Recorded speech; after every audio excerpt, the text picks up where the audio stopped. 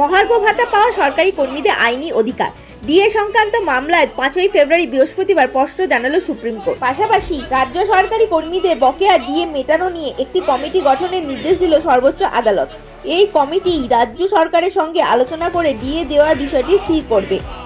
এছাড়াও অবিলম্বে মেটাতে হবে 25% ডিএ দেওয়া হয়েছে সেই নির্দেশও। কলকাতা হাইকোর্টে ডিভিশন বেঞ্চে রায় গিয়েছিল সরকারি কর্মীদের পক্ষে। গত 2022 সালের 20 মে কলকাতা হাইকোর্টের ডিভিশন বেঞ্চে রাজ্যকে সরকারি কর্মচারীদের কেন্দ্রের সমতুল্য ডিএ দেওয়ার নির্দেশ দিয়েছিল। যদিও হাইকোর্টের এই নির্দেশকে চ্যালেঞ্জ করে সুপ্রিম কোর্টে যায় রাজ্য।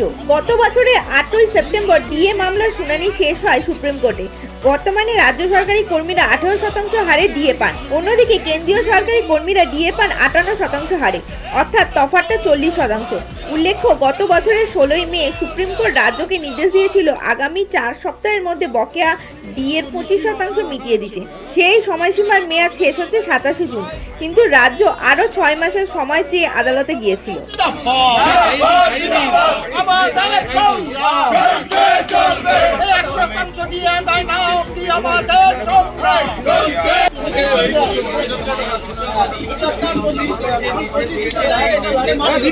হাতে